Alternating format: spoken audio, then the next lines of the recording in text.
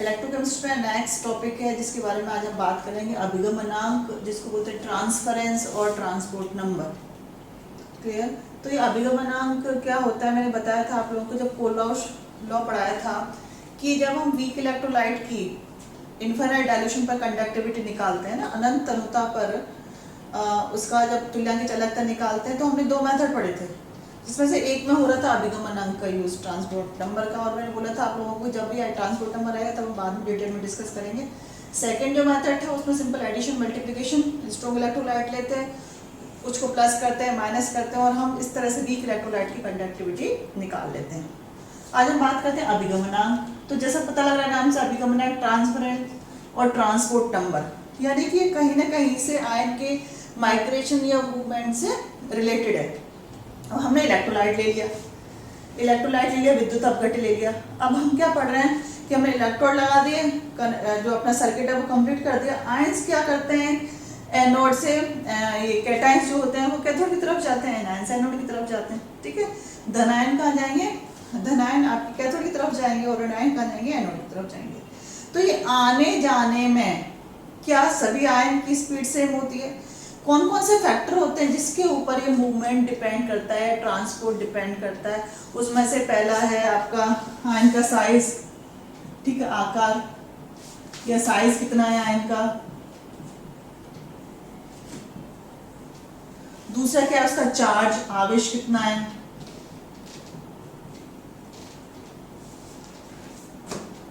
ठीक है, तीसरी जो इंपॉर्टेंट चीज है वो क्या है, स्पीड या वेग, इसको बोलते हैं हम स्पीड। तो माइग्रेशन जो है सभी आयंस का सेम नहीं होता। जैसे हमने एग्जांपल लिया था, याद हो आपको, HCl और NaCl। HCl और NaCl दोनों ही जो इलेक्ट्रोलाइट ऐसे हैं, विद्युत अपघट्य ऐसे जो 100% आयोनाइज हो जाते हैं।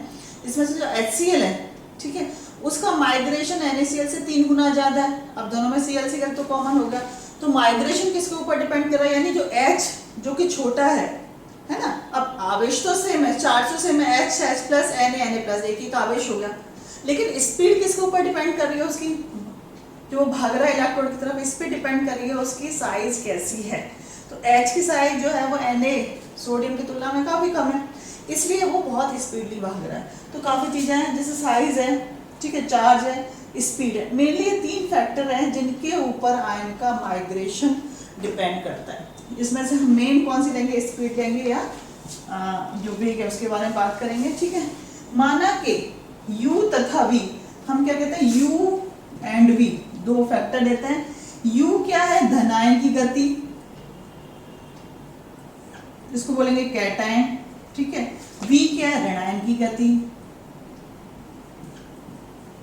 जिसको क्या बोलते हैं अपन, एनायन। ठीक है, U माना कि धनायन की गति है, V माना कि ऋणायन की गति है। तो हम क्या कहेंगे, current carried by cation, charge जो कि कैटायन द्वारा लिया जाया गया है, किस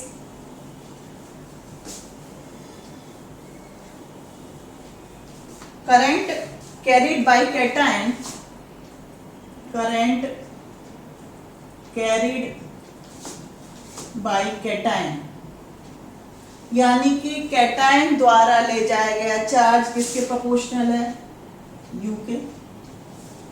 ठीक है, मैं इसको हिंदी में बोल रही हूँ, धनायन द्वारा ले जाया गया चार्ज किससे प्रोपोर्शनल है, प्रोपोर्शनल टू U। कैटायन मतलब धनायन आपका हो गया। ठीक है, दूसरा करंट कैरिड बाय एनायन, ये किसके प्रोपोर्शनल है, V। ठीक है, ऋणायन द्वारा ले जाया गया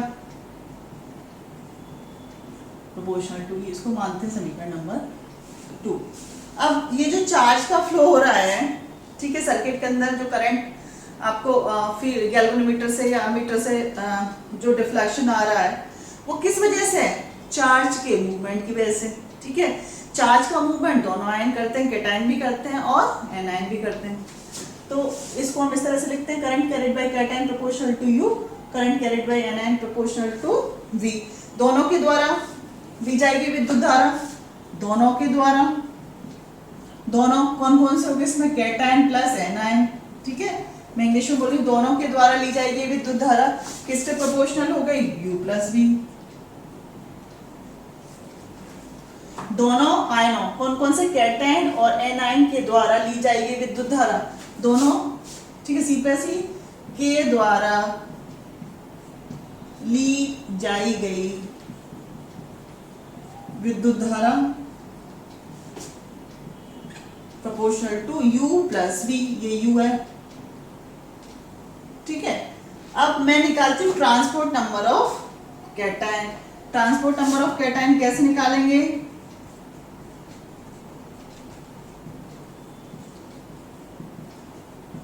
ट्रांसपोर्ट नंबर ऑफ कैटायन यानी धनायन का अभिगमनांक, कैटायन क्या है, धनायन, धनायन का अभिगमनांक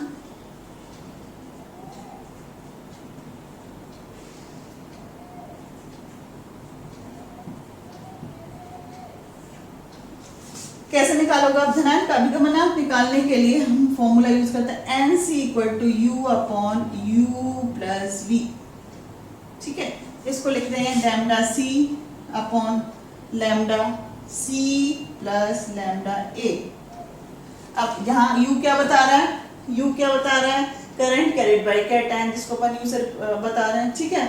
U प्लस V क्या कह रहा है, दोनों आयनों द्वारा, दोनों में कौन कौन से धनायन और ऋणायन, कैटायन और एनायन के द्वारा ली जाएगी विद्युत धारा, क्या होगी U प्लस V। ये क्या है, चालकता की टर्म्स में, ये कैटायन की कंडक्टिविटी है, इक्विवेलेंट कंडक्टिविटी, ये कैटायन की इक्विवेलेंट कंडक्टिविटी और ये एनायन की कंडक्टिविटी। इसी तरह से हम धनायन का ट्रांसपोर्ट नंबर निकाला है, इस तरह से मैं ट्रांसपोर्ट नंबर ऑफ एनायन निकाल लूंगी। Transport number of anion, anion को क्या बोलते हैं, ऋणायन। ऋणायन का अभिगमनांक कैसे निकालेंगे, Na, ठीक है, this equal to U upon U plus V। अब यहाँ पे क्या जाएगा, क्योंकि एनायन है, lambda A upon lambda C plus lambda A।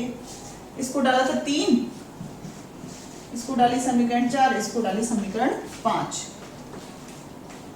ठीक है। दोनों के द्वारा लिया गया, यानी NC प्लस Na ये होता है 1 के बराबर आ गया। NC की जगह हम क्या लिख सकते हैं यहाँ पे, U upon U plus V, ठीक है, plus U upon U plus V, ये हो गया आपका 1, ये हो गया आपकी इक्वेशन नंबर 6। इस तरह से हम ट्रांसपोर्ट नंबर पता कर लेते हैं। अगर हमें स्पीड पता है आयनों की, ठीक है, अगर हमें स्पीड पता है आयनों की, तो हम ट्रांसपोर्ट नंबर आसानी से निकाल सकते हैं। ये क्या है, this is the experimental method of determination of transport number, ठीक है। ट्रांसपोर्ट नंबर को आप इस तरह से समझ सकते हैं, निकालने के हम बाद में 2 मेथड्स पढ़ेंगे, हिट ऑफ मेथड और मूविंग बाउंड्री मेथड। माना कि एक चैम्बर है, इसमें ये है आपका एनोडिक कंपार्टमेंट, जिसको प्लस से डिनोट कर रही हूँ मैं, और ये है कैथोडिक कंपार्टमेंट, ठीक है। तो कैथोडिक कंपार्टमेंट हो गया कैथोडिक, और ये हो गया आपका एनोडिक। ये है आपका मध्य भाग, जिसको बोलते हैं सेंट्रल कंपार्टमेंट,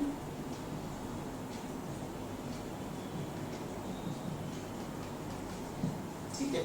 ये हो गया एनोडिक कंपार्टमेंट, एनोडिक भाग, ये हो गया कैथोडिक भाग, ये हो गया सेंट्रल कंपार्टमेंट। माना कि सेंट्रल कंपार्टमेंट के अंदर 5 धनायन है और 5 ऋणायन है, मीन्स 5 है आपके कैटायन और 5 आपके एनायन है। ये जो पार्ट है, इसके अंदर 4 कैटायन है और 4 एनायन है, ठीक है। सिमिलरली इसके अंदर क्या है, 4। इनिशियली जब कोई करंट पास नहीं किया है, सिचुएशन यही सबके अंदर रहती है, क्योंकि जो सेंट्रल कंपार्टमेंट है उसके अंदर कोई चिन्ह नहीं आता है लास्ट तक, तो हम उसमें जो नंबर ऑफ आयन है वो सेम लिख सकते हैं, यहाँ पे 5 है।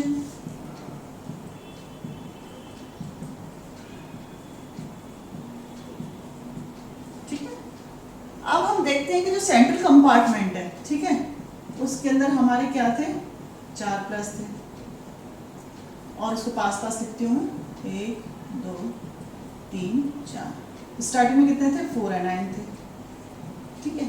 अब आप इमेजिन ये करें कि यहाँ पर जो कैटायन है उनमें कोई चिन्ह नहीं हुआ, लेकिन यहाँ से 2 एनायन है ना, यहाँ से 2 एनायन इस कंपार्टमेंट से चल के यहाँ पर आ गए। किस तरफ आ रहे हैं? एनोड की तरफ आ रहे हैं। ठीक है, अब यहाँ पे क्या हो गया? यहाँ पे 2 एनायन एक्स्ट्रा हो गए। तो अब क्या लग रहा है? यहाँ पे कैटायन तो बराबर है 4, एनायन कितने हो गए? 6। यहाँ पर कितने कैटायन? 4 है, एनायन 6 है। हम क्या यह सोच सकते हैं कि नहीं, पहले क्या होगा कि ये जो एनायन है ये डिस्चार्ज हो जाएंगे, उसके बाद कैटायन का नंबर आएगा। इसको देखकर तो ऐसा ही लग रहा है, लेकिन इलेक्ट्रोकेमिस्ट्री के अंदर ऐसा नहीं होता है। कैटायन डिस्चार्ज हो रहा है तो उसके साथ साथ उतने ही अमाउंट में एनायन डिस्चार्ज होगा। बात समझ में आई? कैटायन डिस्चार्ज हो रहा है, उतने ही अमाउंट में एनायन डिस्चार्ज हो रहा है। तो यानी यहाँ पे 2 ये गए, 2 ये डिस्चार्ज हो रहे हैं यहाँ पर, तो ये 2 यहाँ पर ये डिस्चार्ज हो जाएंगे। ठीक है, तो आप देखिए कैटायंस को तो कितना चलना पड़ा यहाँ तक आने के लिए, कैटायंस को तो थोड़ा सा चलना पड़ा, बाकी एनायंस को कितना चलना पड़ा? इतना, यहाँ से लेके यहाँ तक, क्योंकि जो डिस्चार्ज का टाइम है वो सेम है, सेम टाइम पर डिस्चार्ज हो रहे हैं। बात को समझने की कोशिश करना। इसलिए हम कह सकते हैं कि दोनों की जो स्पीड है वो अलग होते हुए भी आयन का जो डिस्चार्ज हो रहा है कैथोड और एनोड पर, वो डिस्चार्ज कैसा हो रहा है? सेम टाइम में हो रहा है।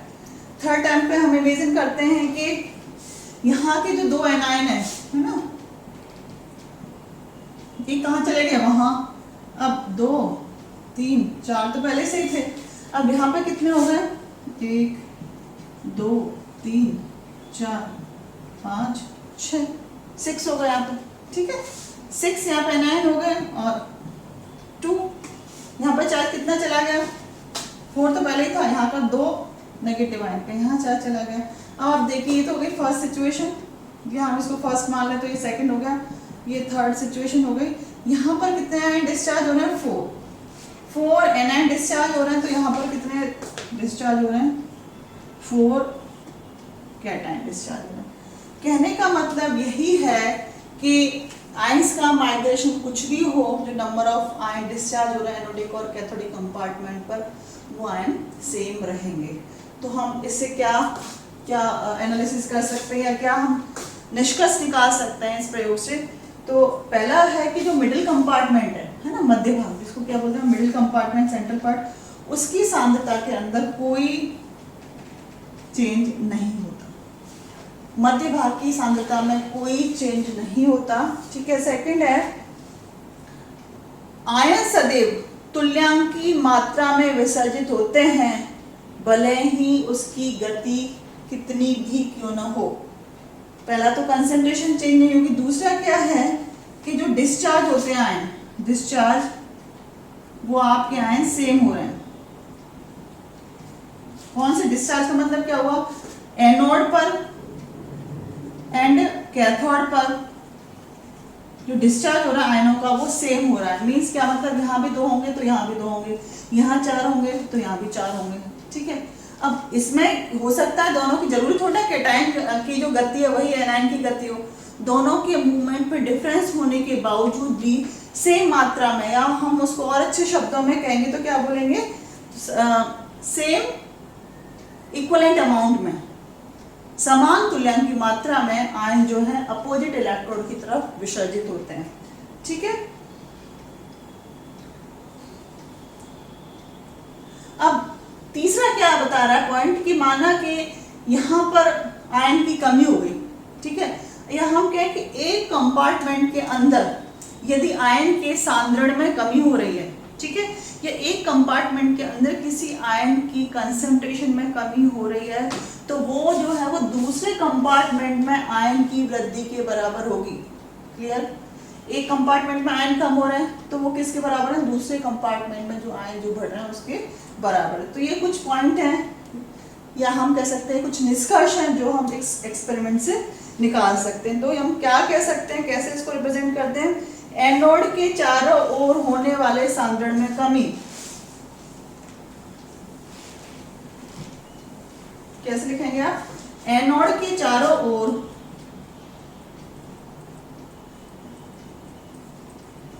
एनोड के चारों ओर होने वाले सांद्रण में कमी किसके ऊपर डिपेंड करेंगे भाई, एनोड में जो कमी हो रही है तो किस वजह से हुई, कौन से आयन माइग्रेट हुए, ठीक है, धनायन की गति के बराबर है, ठीक है। इस तरह से कैथोड के चारों ओर, है ना, कैथोड के से में चारों ओर होने वाले सांद्रण में कमी किसके बराबर हो गई, डिवाइडेड बाय ऋणायन की गति।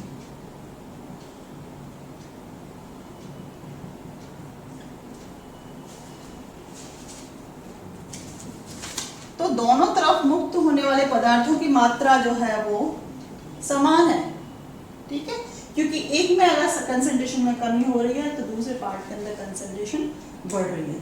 अब हम नेक्स्ट टॉपिक पे बात करेंगे कौन कौन से मेथड्स हैं जिससे हम ट्रांसपोर्ट नंबर निकाल सकते हैं। इस लेक्चर में हम बात करते हैं experimental determination of transport number, अभिगमनांक का प्रायोगिक निर्धारण, ठीक है।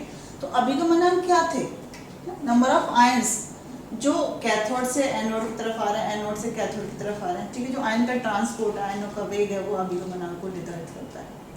हम दूसरे शब्दों में बात करें तो हम इसको कैसे रिप्रेजेंट करेंगे कि एनोड विभाग में विद्युत अपघट्य के सांद्रण में कमी, इससे पहले का वो अब मैंने जो डायग्राम बताया था ट्रांसपोर्ट नंबर वाला, प्लीज आप उसको खोलिए, ठीक है। अब आप देखो ये वाला कंपार्टमेंट और ये वाला कंपार्टमेंट, एक एनोडिक कंपार्टमेंट था, एक कैथोडिक कंपार्टमेंट था, बीच वाला कंपार्टमेंट कौन सा था, मिडिल कंपार्टमेंट था, ठीक है। एनोड विभाग में विद्युत अपघट्य के सांद्रण में कमी, अब एनोडिक कंपार्टमेंट में जो आयंस की जो कमी हो रही है वो किस वजह से हो रही है, क्योंकि एनोड विभाग से आयन छोड़ के कहाँ जा रहे हैं, कैथोड विभाग की तरफ, ठीक है। तो यानी कि एनोड विभाग में विद्युत अपघट्य के सांद्रण में कमी किसके प्रोपोर्शनल है, स्पीड ऑफ एनायन। हम इसको इंग्लिश में क्या कहेंगे, decrease in concentration of anodic department is proportional to speed of cation, क्योंकि कैटायन जो है वो एनोड को छोड़ के कहाँ जा रहा है, कैथोड की तरफ जा रहा है। तो वो जो कमी आ रही है उस डिपार्टमेंट में किसकी वजह से आ रही है, जो आयन छोड़ के गए हैं, क्लियर। इसी तरह से हम क्या कहेंगे, कैथोड विभाग में विद्युत अपघट्य के सांद्रण में कमी, दोबारा सुने, decrease in concentration of cathodic department is proportional to V anion. अब एनायन कहाँ गए, कैथोड विभाग से एनायन चल के कहाँ आ गए, एनोडिक विभाग में आ गए। तो जो आयन जिस डिपार्टमेंट को छोड़ के जा रहा है, जिस विभाग को छोड़ के जा रहा है, उसमें उतनी ही कमी आएगी। दोनों विभाग के विद्युत अपघट्य के सांद्रण में कमी किसके प्रोपोर्शनल है, U प्लस V, ठीक है। जब हम दोनों विभाग की बात करेंगे तो जस्ट लाइक ट्रांसपोर्ट नंबर, उसमें हमने बात की थी, यहाँ पे सेंटेंस थोड़े से अलग है, ठीक है। वहां पर हमने स्पीड ले ली, यहाँ पे हमने सांद्रण ले लिया, कंसंट्रेशन ले ली, बस ये थोड़ा सा अंतर है। इसी चीज को अगर मैं इंग्लिश में लिखूंगी तो क्या बोलूंगी, decrease in concentration of anode compartment is equal to U, decrease in concentration of both the compartment equal to U plus V। ये जो है अपन इसमें पढ़ चुके U प्लस V, ठीक है। ये होगी आपकी इक्वेशन नंबर 4। इसी इक्वेशन को मैं क्या सेम लिख सकती हूँ, डिक्रीज इन, अगर मैंने अभी क्या लिया, एनोड के लिया है, तो हम क्या लिखते हैं, एनोड की जगह हम क्या ले सकते हैं यहाँ पर, कैथोड। आप इसको ध्यान से एक बार नोट कर लो, फिर मैं इसी में कैथोड लिख दूंगी। Decrease in concentration of anode compartment divided by decrease in concentration of both the department equal to U plus V। Anode विभाग के सांद्रण में कमी डिवाइडेड बाय दोनों विभागों के सांद्रण में कमी, ठीक है। इसी को मैं एनोड की जगह में क्या लिख रही हूं, यहाँ पर एनोड की जगह मैंने क्या लिख दिया, कैथोड। तो क्या हो गया, decrease in concentration of cathode department, यहाँ U की जगह क्या आ जाएगा, V। या मैं अलग से लिख देती हूँ, ये इक्वेशन चलती रहेंगी। ये हो गया एनोड आपका था, ठीक है। नेक्स्ट लिखती हूँ मैं डिक्रीज इन कंसंट्रेशन, या हिंदी में लिख देती हूँ मैं कैथोड विभाग में कमी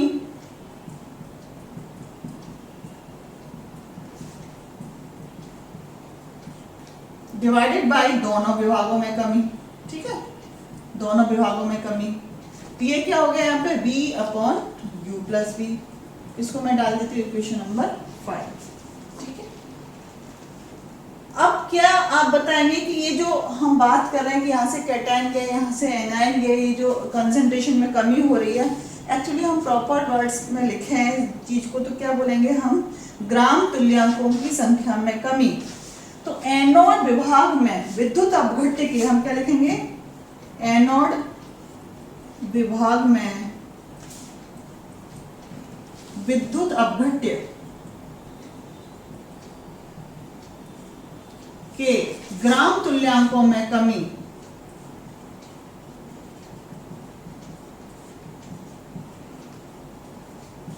ठीक है, डिवाइडेड बाय दोनों विभागों के, डिवाइडेड बाय दोनों विभागों के विद्युत अपघट्य के ग्राम तुल्यांकों में कमी। इस इक्वेशन को मैं 6 या 7 की फॉर्म में कैसे लिख सकती हूँ, सपोज 5 है तो मैंने इसको 6 दे दिया, क्या चेंज कर दिया मैंने, अब इसी चीज को मैंने किसके टर्म्स में लिख दिया, ग्राम इक्विवेलेंट। तो एनोड विभाग में किसके कम हो रहे हैं, इलेक्ट्रोलाइट के कम हो रहे हैं, विद्युत अपघट्य के ग्राम तुल्यांकों में कमी, डिवाइडेड बाय दोनों विभागों के ग्राम तुल्यांकों में कमी। इस तरह से कैथोड विभाग के विद्युत अपघट्य के ग्राम तुल्यांकों में कमी, डिवाइडेड बाय दोनों विभागों के ग्राम तुल्यांकों में कमी। हम ऐसे भी कह सकते हैं एनसी। अब हम किसको क्या बोलेंगे, एनोड विभाग, एनोड विभाग में क्या एन ए, तो ये ट्रांसपोर्ट नंबर किसके बराबर, एनसी के बराबर होगा ये,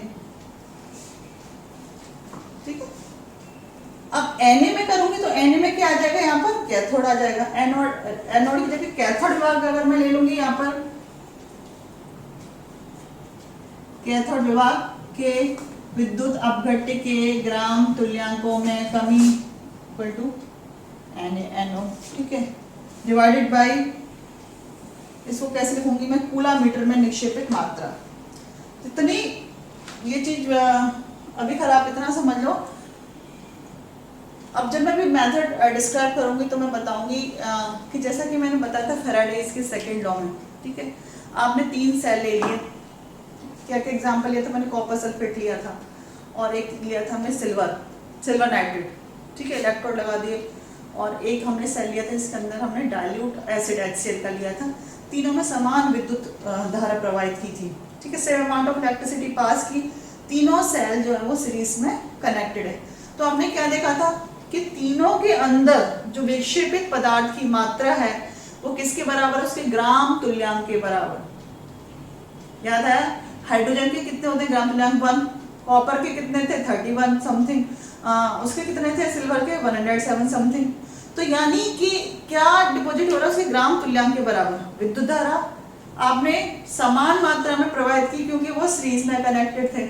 अब ये देखिए, दो चीज आप समझिए, हम क्या करते हैं किसी भी एक्सपेरिमेंट में ये पता करने के लिए कि कितनी इलेक्ट्रिसिटी पास की, ठीक है, हम उसके साथ सीरीज में या तो हम कॉपर कूलोमीटर लगा देते हैं या हम सिल्वर कूलोमीटर लगा देते हैं, ठीक है।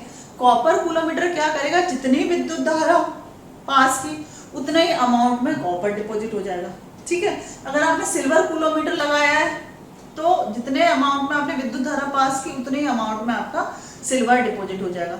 ये बात मैं क्यों बोल रही हूँ, क्योंकि ये दोनों शब्द इस मेथड में आने वाले हैं जब मैं ये पूरा आपको इसका डायग्राम बना के डिस्क्राइब करूंगी, ठीक है।